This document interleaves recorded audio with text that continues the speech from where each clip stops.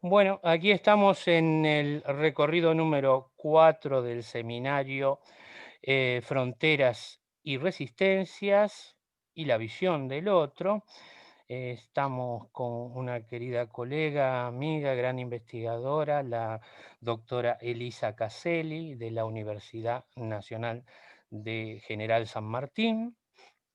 Y junto con la doctora Carzolio, ni bien nos envió el título de este pequeño recorrido que nos va a plantear de un otro necesario a un otro disgregador, los judíos en los reinos hispanos, desde ya nos encantó en términos de la problematización que estamos haciendo justamente de esta visión del otro y de este otro que es el judío Ujú, allí en los ujú. reinos castellanos. Desde ya nos encanta tener un especialista en el tema y poder resaltar algunos puntos interesantes sobre este recorrido que vamos a plantear juntamente en relación a estas cuestiones. ¿Qué tal, Elisa? Entonces te damos la palabra, te la cedemos y te escuchamos Perfecto. con mucho gusto. Muchísimas gracias a los dos por haberme invitado. También hago extensivo el agradecimiento a Susana Aguirre, que sé que también está coordinando este Ujú. seminario. La verdad que es un placer enorme, eh, porque además estar con gente querida y en estas circunstancias tan particulares que nos tocan compartir esta charla con ustedes realmente es muy agradable. Bien, dicho esto, vamos entonces un poco a compartir algunas ideas y algunas propuestas que tengo para conversar. Eh, por empezar, querría hacer dos o tres precisiones conceptuales. Por un lado, que me voy a referir en varias oportunidades al antijudaísmo y entonces precisar que no es circunstancial que lo utilice, sino que considero que es el término apropiado para referirnos a los siglos medievales. Si bien hay muchos historiadores, investigadores que utilizan indistintamente el término antisemitismo, considero que es apropiado referirse a antijudaísmo para este Ujú. periodo. Y que lo entiendo como un rechazo a los judíos y judías, que comportaba, por supuesto, este rechazo, reacciones violentas, medidas discriminatorias y un discurso degradante como rasgos más destacados, ¿no? También aclarar que, aunque diga judíos, siempre me estaré refiriendo, por supuesto, a judíos y judías, o cuando hable de comunidad judía, no los estoy pensando en ningún caso como términos homogéneos, es decir, como categorías homogéneas. Comunidad cristiana, comunidad judía, en su interior tenían una enorme diversidad, entonces, pero bueno, por cuestión práctica uno dice comunidad judía o judíos. La otra aclaración es que cuando me refiero a antijudaísmo estoy hablando exclusivamente del antijudaísmo cristiano, que no es el único que existe, pero me estoy refiriendo esencialmente al antijudaísmo cristiano.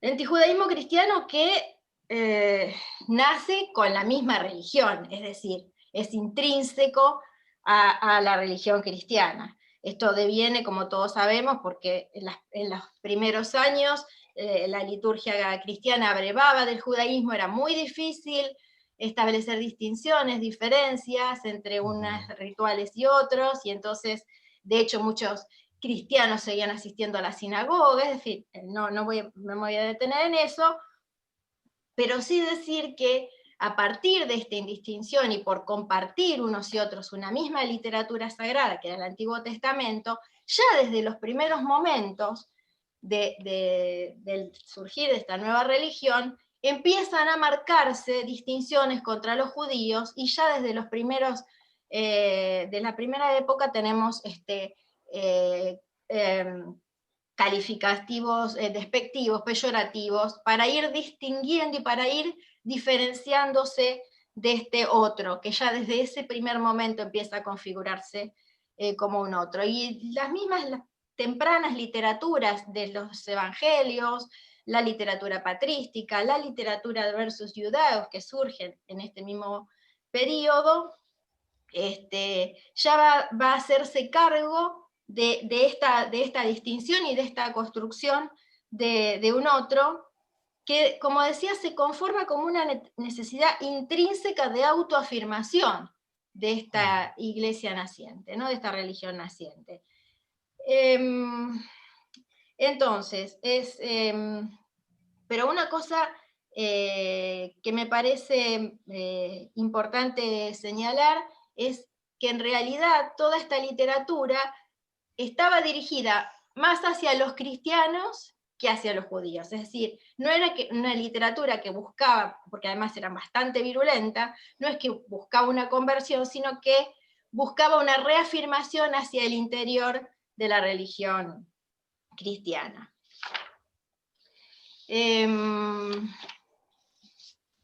Digamos que lo tenemos que pensar como más que nada como de un valor catequístico, todo este tipo de literatura, y de allí que yo proponía en el título de este otro necesario, ¿no? Porque en este contexto de reafirmación era un otro necesario para poder construir la propia religión. Con el tiempo, bueno, todos sabemos, la conversión de Constantino, el cristianismo deja de ser una religión perseguida, paulatinamente y en términos de no más de un siglo, todos los otros cultos van a ir siendo suprimidos, y a su vez, en el siglo siguiente empiezan digamos, a transitar de estos textos, empiezan a transformarse y a formar parte del ordenamiento jurídico. Y este ordenamiento jurídico, como sabemos, va a llegar a la península ibérica, y ahora sí, ya estamos en la península ibérica, y sobre todo las primeras épocas, las primeras recopilaciones en el periodo visigodo se van a incorporar, junto con los diversos códigos, van a incorporar esta legislación antijudía. La legislación cristiana, voy haciendo un recorrido muy rápido, la legislación cristiana de los siglos sucesivos va a ir repitiendo y ampliando e incluso haciendo de manera más minuciosa todas estas disposiciones antijudías, en su inmensa diversidad. No sabemos que en estos siglos no existía una normativa, una fuente única de producción normativa, sino que era muy diversa, proveniente de los distintos cuerpos. ¿Sí? Nosotros vamos a ir encontrando disposiciones forales, disposiciones de señorío, por supuesto conjuntamente a un derecho canónico que se va a ir perfeccionando, y a un derecho real que se va también a ir conformando, y que lo encontramos ya en el siglo XIII realmente con una clara manifestación, y a ver si puedo compartir pantalla.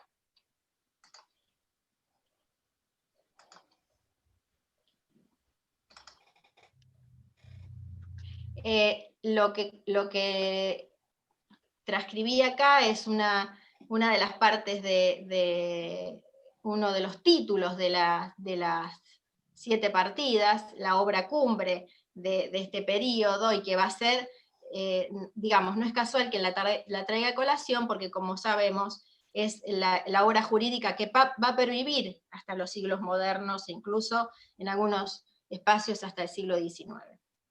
Entonces, como vemos ahí, mantiene esta misma idea de que los judíos, los reyes sostienen a los judíos, soportan a los judíos, pero siempre como remembranza de aquellos que vienen del linaje que crucificaron a nuestro Señor Jesucristo. Esta idea es la que venía repitiéndose desde aquella primera literatura, y que va a seguir y que va a continuar en distintas y sucesivas disposiciones. Ahora bien, no me puedo detener, les decía, en analizar minuciosamente, pero sí me gustaría mencionar algunas características destacadas de estas disposiciones, que aún en su diversidad, como decía, ¿no? A pesar de este intento de homogeneización alfonsino, sabemos que esta dispersión va a pervivir a lo largo del tiempo, va va a demorar mucho en implementarse esta homogeneidad jurídica tan buscada. Pero les decía, aún en toda esa diversidad, uno encuentra características comunes respecto de las disposiciones sobre judíos.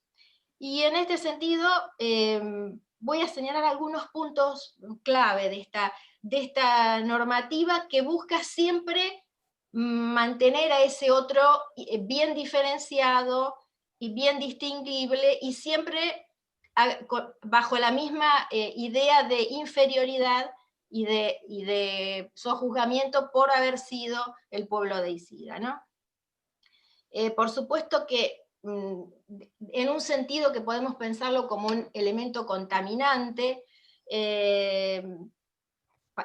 contaminante quiero decir para la comunidad cristiana, los judíos casi todas las disposiciones, insisto, reiteran de que no se podían mantener conversaciones, que no se podía compartir la mesa, que no podía existir ningún tipo de relaciones.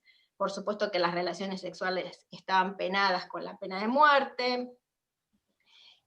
Prohibiciones de que mujeres judías fueran nodrizas de niños cristianos, etcétera, etcétera.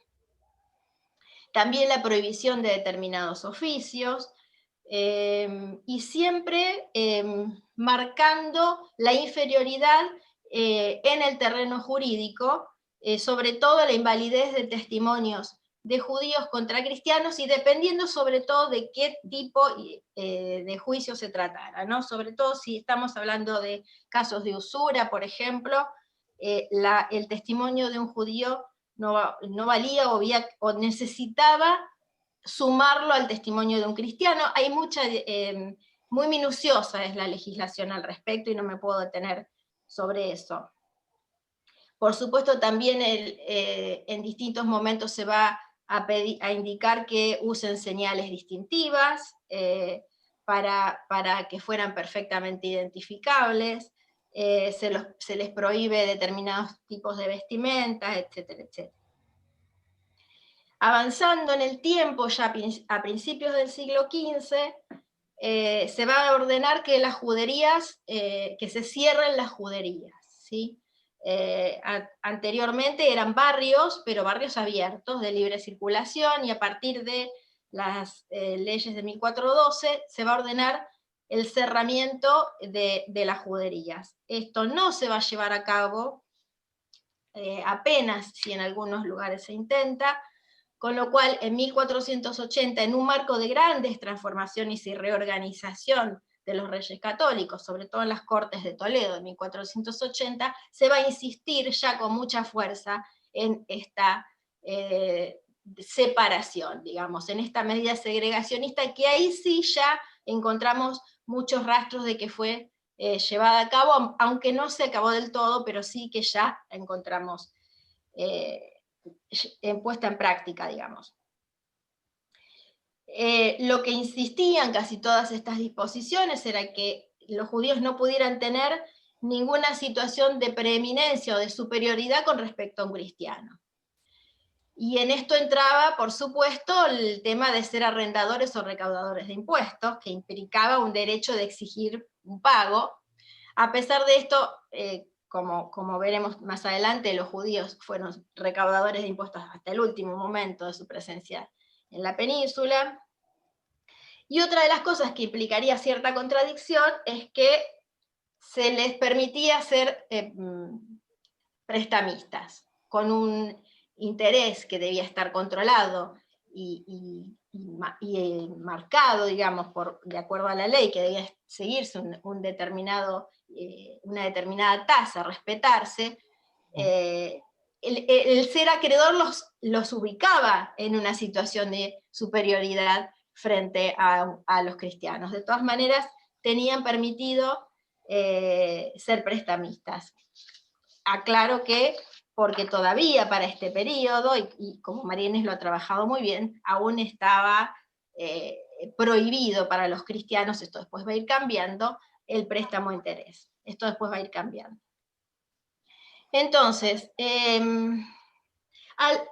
además de estas leyes que claramente marcaban insistían en marcar en profundizar esta distinción con respecto al otro, tenemos toda una serie de literaturas, imágenes, que van a ir durante todo este periodo recordando esta calidad de pueblo deicida y de insistir en que los judíos eran tolerados hasta tanto se convirtieran, como una, digamos, como una demostración de ese Antiguo Testamento viviente, ¿no? Una cosa más o menos que podría pensarse en esos términos. Ya en este seminario hubo una excelente presentación de Juan Bubelo que se refirió al milenarismo y las teorías apocalípticas, que vienen muy bien, digamos, yo no voy a entrar en ese tema porque ya él lo expuso muy bien, mucho mejor de lo que lo podría hacer yo, pero sí relacionarlo, ¿no? Relacionarlo porque cada una de estas apariciones se hablaba de la venida del anticristo y se decía que el anticristo nacería del vientre de una mujer judía.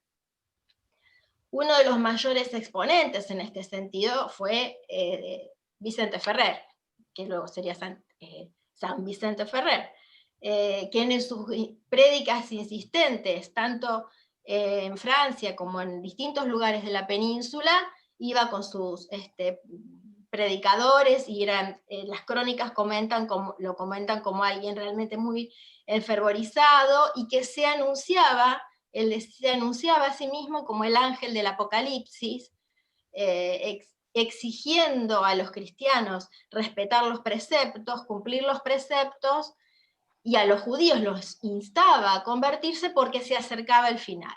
Esto era el final inminente, pero como cada una de estas apariciones siempre veían un final inminente, ¿no? Y se hacía también referencia permanentemente en todos estos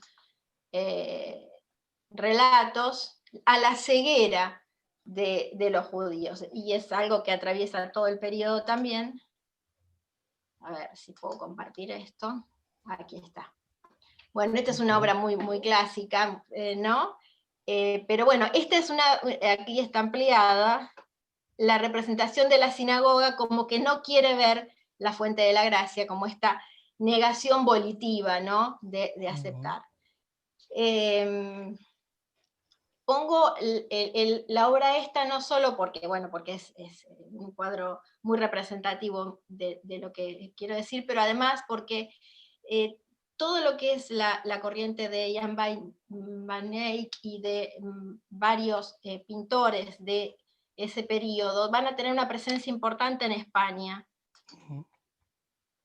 Y otra de las cosas que me interesa marcar es, no sé si se alcanza a ver allí, en este periodo, y no se da ni antes, o por lo menos todas las obras que pude consultar, no se da antes ni tampoco después, sino que se concentra sobre todo entre el siglo XV y principios del XVI, aparecen muchas imágenes de un judío que clava la lanza a Jesús. Me parecía interesante compartir con ustedes esto, porque siempre se analizó, hay muy buenos análisis que hablan de la presencia de los judíos en las escenas de la crucifixión, pero pocas veces, yo no había encontrado que se hiciera referencia específica a esta presencia.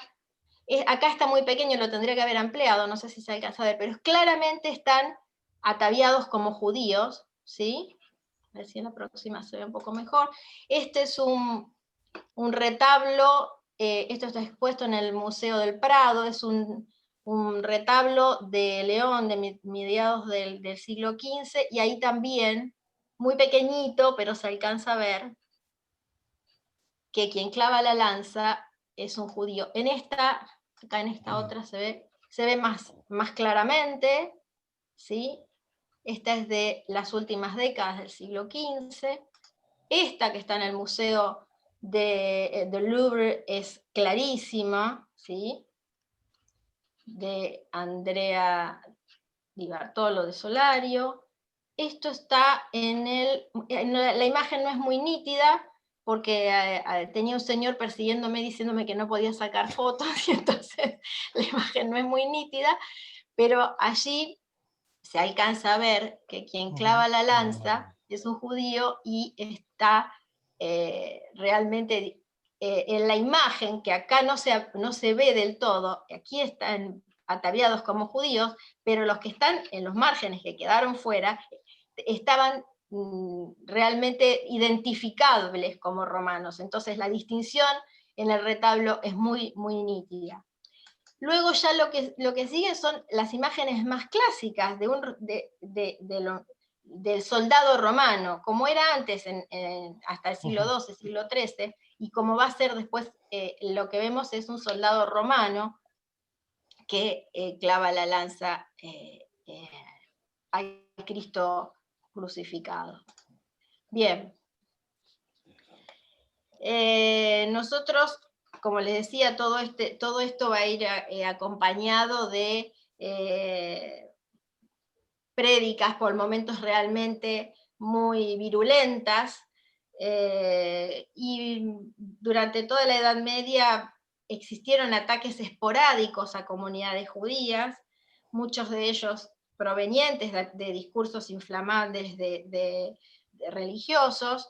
La península ibérica no estuvo exenta de eso. A lo largo del siglo XIV se produjeron varios ataques, hasta el más conocido, ¿sí?, el más cruento, que son los pogroms de 1391, que comienzan en el verano de Sevilla y se van a extender prácticamente a todas las ciudades castellanas y aragonesas. A partir de esos pogroms, de esos ataques, y sumado hay unos 20 años aproximadamente entre estos ataques y las prédicas a las que hacíamos referencia recién, en las que tuvo un gran un protagonismo Vicente Ferrer, vamos a encontrar un proceso de conversión notable. Por un lado, por el temor evidente a la muerte, desde ya, pero también por toda esta insistencia, este anuncio del fin del mundo, que también pudo llevar a muchos al bautismo, no tanto por el miedo, sino por dudas, por convencimiento, en fin. Esto es un tema altamente debatido en la historiografía, porque es algo muy difícil de asir, de saber, ¿no? Los motivos de las conversiones. Siempre eso es materia de discusión. Bien, lo que sí va a suceder es que a lo largo del siglo XV, esta presencia importante, no es que no hubieran existido conversiones con anterioridad, pero sí que esta presencia masiva va a generar un problema, lo que las mismas fuentes transmiten como el problema converso, ¿no? Esta presencia de convertidos, como también se los denominaba, que empiezan a tener, digamos, acceso a una serie de oficios, de cargos y tal, que como judíos no podían tener, y que van a crear un gran resquemor por parte de los cristianos viejos. Nace esta distinción, y que se va a extender durante siglos entre cristianos nuevos y cristianos viejos, y se van a hacer acreedores de una gran desconfianza, ¿no? Justamente por ser herederos, por llevar su sangre judía. No me quiero extender mucho sobre esto, porque no es quiero volver a la comunidad judía y quiero volver a este otro que venimos analizando. Bien, hasta acá lo que nosotros estuvimos repasando son fuentes que de una u otra manera buscaban la publicidad, buscaban ser conocidas, buscaban catequizar, buscaban ordenar la sociedad, buscaban disponer, tenían un fin claramente digamos, de performativo, ¿no? De ordenar y de disponer y de crear y de reafirmar a este otro permanentemente. Ahora bien, si nos quedábamos con esta imagen, el resultado es una sociedad completamente dividida entre dos comunidades refractarias, y la realidad era mucho más compleja, ¿no? La realidad no se resolvía en este binomio. Entonces, hay otras fuentes que ayudan a complejizar y mostrar realmente un matiz mucho más rico de toda esta comunidad, como es toda la documentación de procedencia judicial, que vengo trabajando ya desde hace unos cuantos años, que Marínez lo sabe. Y entonces, no es que podamos tomarla en un sentido ingenuo. Todas las producciones, todos los textos tienen un sentido, tienen una intencionalidad. Pero sí es cierto que, más allá de la sentencia, que sí se decía que tiene un carácter ejemplificador para que otros no se atrevan a cometer semejantes delitos, etcétera, como rezan las sentencias, yendo al interior de los procesos, a veces pleitos muy extensos, con 700, 800 fojas, todo el material que allí está contenido no estaba pensado en ese contexto más que para defender a una de las partes. Los elementos probatorios, las deposiciones de los testigos, están pensadas para ese contexto y no para ser difundidas. Y entonces ahí aparecen una información riquísima que obliga necesariamente a cargar de matices toda esta división tan tajante que nosotros veíamos desde la normativa, desde el discurso eclesiástico, etcétera, etcétera. También tener la precaución, obviamente, las fuentes judiciales y todo lo que encontramos en un proceso judicial está permeado, está atravesado por el escribiente, no es algo directo, y eso también hay que tenerlo presente, pero aún así, como decía, ofrece una información riquísima.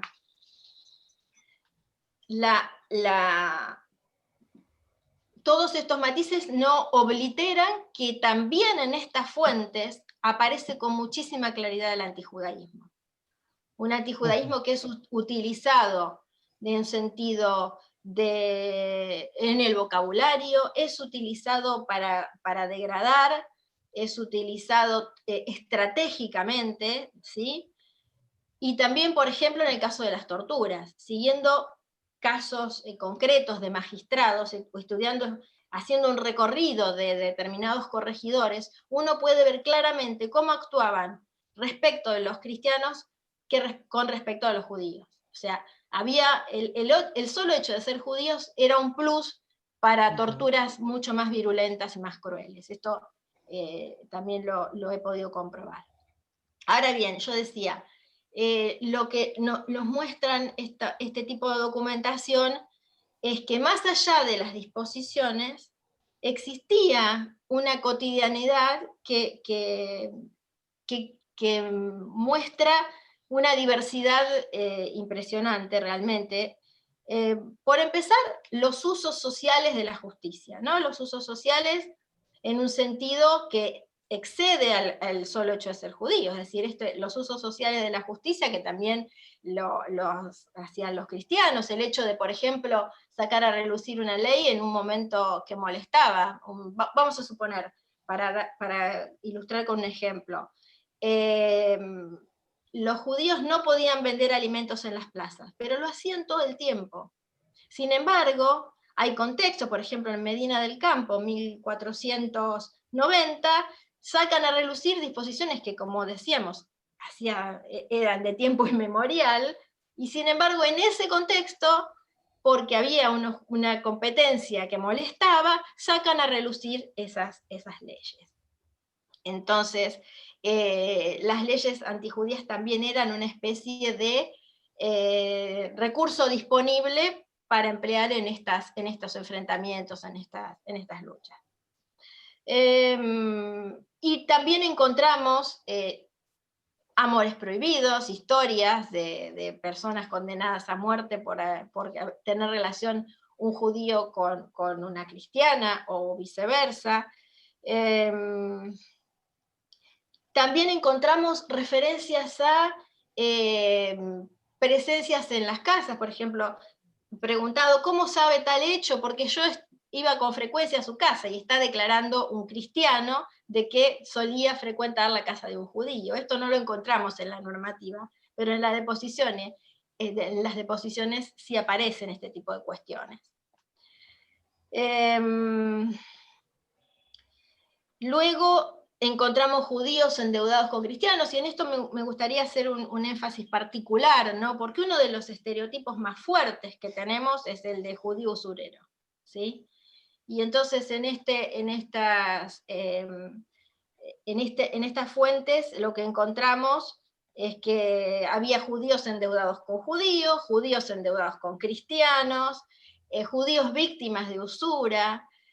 Y una cuestión sobre la que me gustaría detenerme particularmente, veo que acá estoy viendo que quedan 6 minutos, no sé si voy a llegar, pero en todo caso salimos y volvemos a incorporarnos, porque me gustaría comentar esto, sí. Había unas series de denuncias en torno a la década de 1470, 1480, de varios cristianos que se quejan de que los obispos de distintas diócesis los instaban a pagar las deudas de los judíos. ¿Por qué? Porque se habían comprometido bajo juramento, y no cumplir ese juramento los llevaba a el límite de la excomunión. De hecho, existieron múltiples excomuniones. Esto algunos autores ya lo habían mencionado, yo me encontré con bastante material al respecto, y seguí investigando esta cuestión hasta que finalmente, y no fue, o sea, casi de casualidad, en un pleito, uno de los tantos pleitos entre cristianos y conversos de los que revisé, me encuentro con que el acreedor era un vicario y el deudor un judío. ¿Qué pasó? El deudor en realidad es un vicario que va a pleitear contra los herederos de un judío. ¿Por qué? Porque se da justo la coyuntura de que el vicario le presta dinero a este judío y el judío muere. Entonces tiene que reclamarle a los herederos que no quieren pagar la deuda. Entonces ahí tenemos todos como pruebas aportadas, los contratos de este vicario que le prestaba al judío para que el judío fuera el usurero. ¿Sí? Entonces, pero no tuvo más remedio que presentar toda esta documentación para poder cobrar esa deuda. Luego, que es larguísimo, es extenso en volumen y en años el proceso judicial, vamos a encontrar distintos testigos que van a decir, todo el mundo sabía que le prestaba, que el vicario, o muchos sabían que el vicario le prestaba al judío, que el vicario en realidad era un usurero. Entonces, me parece importante mencionar esto, porque la historiografía se ha hecho eco más que nada de esta cuestión de denuncias de judíos usureros, de gente que no quería pagar porque decía que era víctima de usura judía, y entonces está tan instalado esto que me parece importante comentar, y que no es un caso aislado, porque tirando de la cuerda aparecen más casos. Aparecen otros clérigos comprometidos a raíz de este proceso, ¿no? Y también empecé, ya con esta idea, empecé a buscar exprofeso, y también había nobles que prestaban a judíos.